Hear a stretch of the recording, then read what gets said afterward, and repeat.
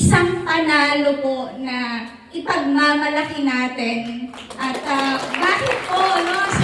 Napakasarap po nitong panalo na to.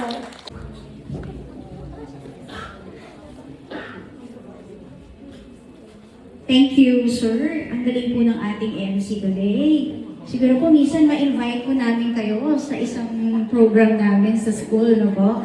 Very formal. Opo. Very excellent po si sir.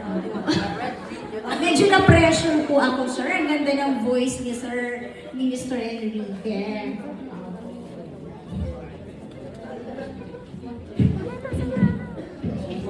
Our school officials, my co-school officials, coaches, supportive parents and guests, and most especially to our proud athletes. Good evening to everyone.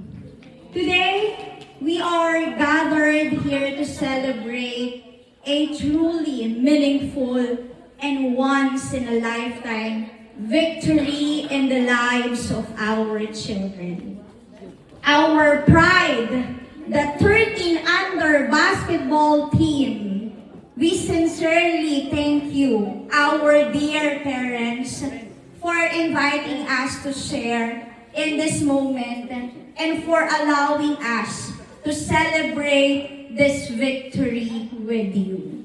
So allow me po to share our short conversation while we're going here po in this venue a while ago. So Sir Herbert and I po, we were very, very proud po to our dear Pancresian. So habang kami po ay papunta dito, kami po ni Sir Herbert, we've been in PCIS for more than a decade. So for 18 years po, we've been staying in PCIS. Talaga pong, ito po yung masasabi namin, isang panalo po na ipagmamalaki natin. At bakit po, no? Napakasarap po nitong panalo na to.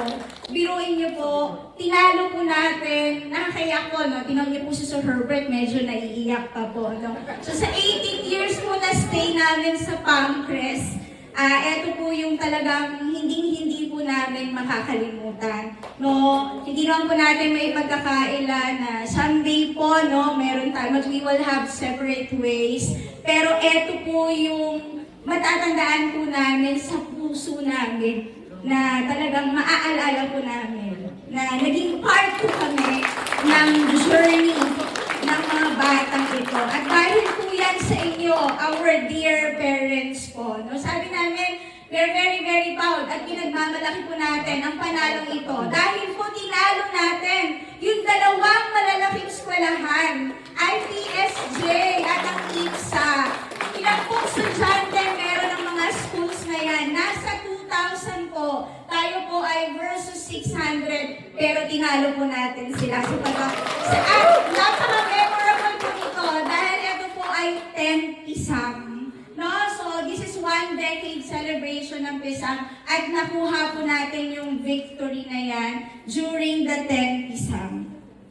So, yun po yung aming conversation kanina habang kami po ay naglalakbay papunta dito. We're very, very proud po. So, allow me to continue. May paside na po si Miss Corpus, no? So, this achievement is a true testament to the genuine and strong partnership between the school and the parents. The school will not have received this recognition without your unwavering support and